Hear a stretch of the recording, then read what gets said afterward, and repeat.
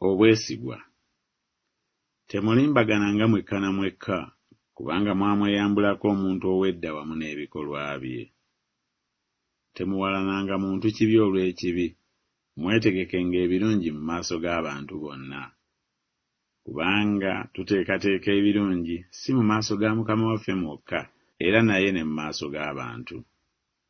Eminzaani ey'obulimba ya muzizo eri Mukama, naye ekipimo ekituufu kyasanyukira.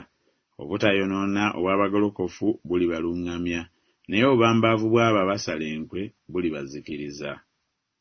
Mu kusobya kw'emimwa mulimu ekyambika eri omuntu ow'ekyejo. Ayatula eby'amazima ayolesa obutuukirivu, naye omujulirwa ow'obulimba ayolesa obukuusa.